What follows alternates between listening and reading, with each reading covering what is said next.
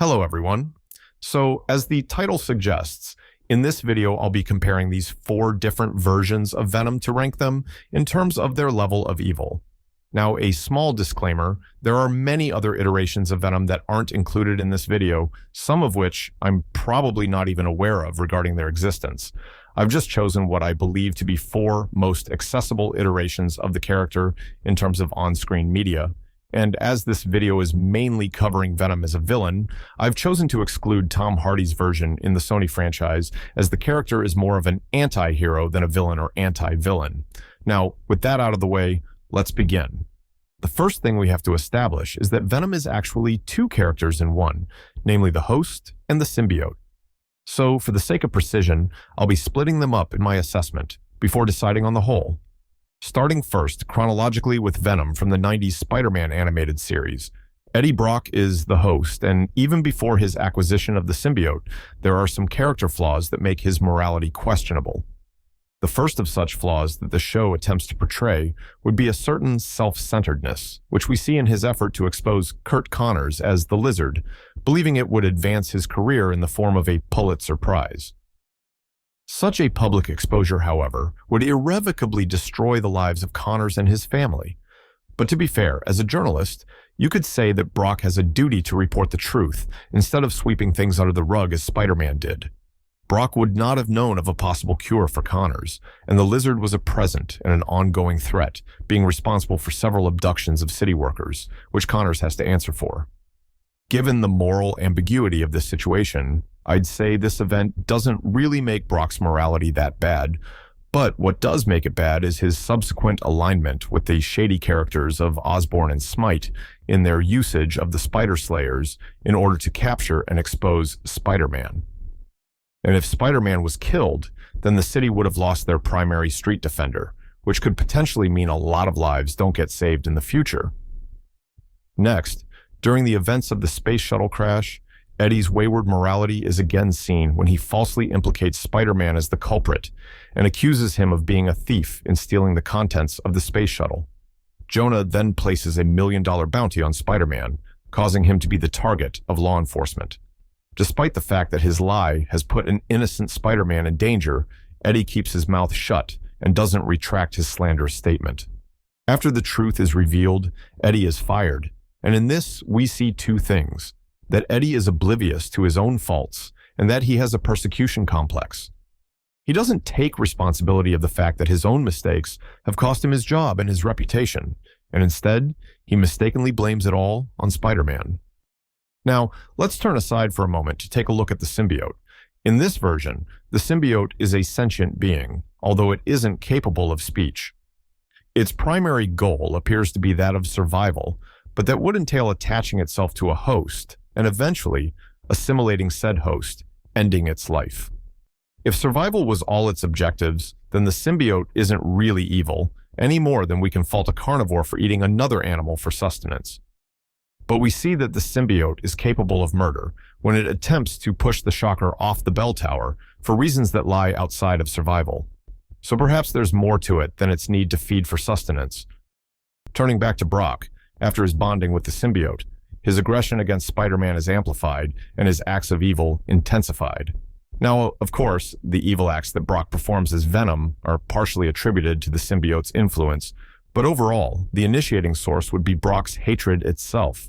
Even if Brock didn't have the symbiote, he would still try to exact some form of vengeance against Spider-Man. It's just more aggressive due to the symbiote. Besides, under no circumstance do we see Brock wrestle against the influence of the symbiote, something which Peter did earlier when he was the host. So, for that reason, I attribute the actions of Venom more towards, but not totally under Brock. And these actions mainly consist of psychological torture, by threatening the lives of Aunt May and Mary Jane, along with almost unmasking Spider-Man in front of the press. It's definitely evil, but fortunately smaller in scale in terms of scope. Moving on, we have another animated Venom from the Spectacular Spider-Man TV series. This version of Eddie Brock, however, fares morally a lot better than the one from the 90s TV series. He's a close childhood friend of Peter's, almost like a surrogate brother, and all around a generally nice guy, one who even racked up several heroic acts. Due to unfortunate circumstances and being at the wrong place at the wrong time, Eddie loses his job at Connor's lab and subsequently his college placement, which he blames Spider-Man for. Contrary to the 90s Eddie Brock, it's actually understandable for this Eddie to resent Spider-Man. Of course, we see why Spider-Man had to destroy the symbiote, but the manner in which it was done was completely untactful and insensitive. Perhaps if Spider-Man had explained himself a little bit better, things might have turned out different. Not knowing they're the same person, Eddie also has a grudge against Peter, and this one is also rather justified, as Peter was really being a douche when he was under the influence of the symbiote. As for the symbiote in this version, it can communicate verbally to its host, but it's more insidious as it feeds off hostile emotions of anger and hatred. This symbiote also influences its host to murder, as seen when Spider-Man nearly kills Doc Ock in a fit of rage. Beyond that, the symbiote is also incredibly selfish and power-driven, depicted when it abandons Eddie for a reunion with Spider-Man.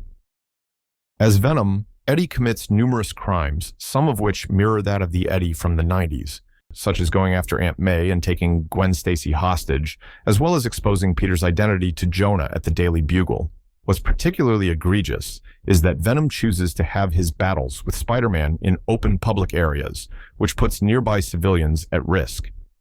There is quite a sadistic side to this version of Venom, as beyond psychological torture, this Venom planned to depower Spider-Man with the gene cleanser after exposing his identity, leaving him powerless to defend himself as his enemies would close in on him and his loved ones.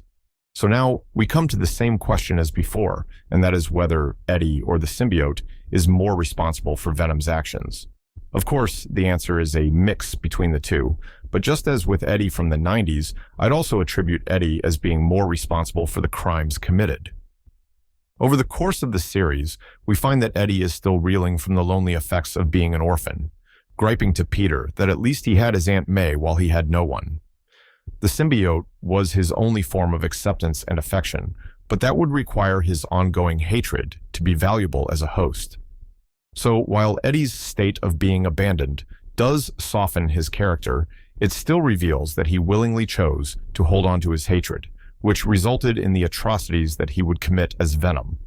And as further indication of his willingness, there is no emotional struggle between Eddie and the symbiote, unlike with Peter earlier.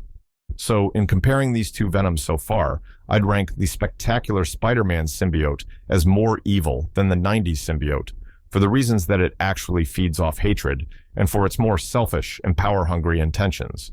As for the Eddies, the spectacular Spider-Man version actually started off as a good guy, but then later he degenerated into much greater villainy than that of the 90s version. Also, the 90s version of Eddie became more of an anti-hero in a later season in the fight against Carnage, which helps redeem his character a bit. So it would seem that the Eddie from the 90s started off evil and ended up somewhere in between good and bad, while the spectacular version started off good but ended up worse. So currently I'd put the spectacular version of Eddie as the more evil of the two. Next, let's look at the iteration of Venom played by Topher Grace in Sam Raimi's Spider-Man 3. This version of Eddie also has questionable morality, such as when he creates fake evidence of Spider-Man being involved in a bank robbery. And when he's exposed, he also plays the victim and actually prays in a church for Peter Parker to be killed. As Venom, he takes Mary Jane hostage and conspires with the Sandman to kill Spider-Man. Along the way, we can assume that he killed several members of the police force. But unlike the previous two Venoms we discussed, this Venom isn't as focused on sadistic psychological torture. There's some talk about causing humiliation to Peter, but overall this Venom is more straightforward in wanting to simply kill Spider-Man outright. In terms of whether the host or the symbiote is more responsible, in this case it's abundantly clear that Eddie is the culprit here. To paraphrase his own words, he likes being bad as it makes him happy. But the scope of his crimes are less than that of the spectacular version of Venom, so for that reason, I'd place this Eddie in between the spectacular and the 90s version. Same goes for the symbiote, as it has simpler motivations and not as malicious as the version we see in the spectacular Spider-Man. And finally, we have Insomniac's version from the Spider-Man 2 game on the PlayStation 5. For this Venom, the host is Harry Osborn, a change from the norm. Out of all the hosts, I'd say that Harry is the least evil, if you can even call him that. He was depending on the symbiote for survival, and to his credit, he was wrestling with the symbiote at the end, to the point of asking Spider-Man to finish him off so as to stop the symbiote from achieving its goal. As for the symbiote, this one is by far one of, or if not the most destructive iterations, with its aim of global conquest. It's somewhat sinister, too, in the sense that it can mimic the voice of Harry's mother as a trigger to sway him over with the promise of healing the world. So the question that remains is whether the symbiote can be blamed for its goal of global conquest. You wouldn't label a virus as evil simply because it spreads, as that is simply its nature. But a virus isn't a sentient being, but one with only base-level intelligence, unlike the symbiote here, which can communicate verbally and can formulate plans. So while the symbiote's biological function might be to bond with a host and reproduce, it's still aware of its actions and its consequences, so we can't really let it off the hook. Global conquest is about as extreme as it gets in terms of genocide, but in terms of a micro scale for its actions, some of them include the murder of Kraven, as well as countless Oscorp security personnel. Unlike the previous iterations of Venom, these actions are more attributed to the symbiote than the host, as it's likely that Harry Osborn would never think to commit such atrocities in his own mind.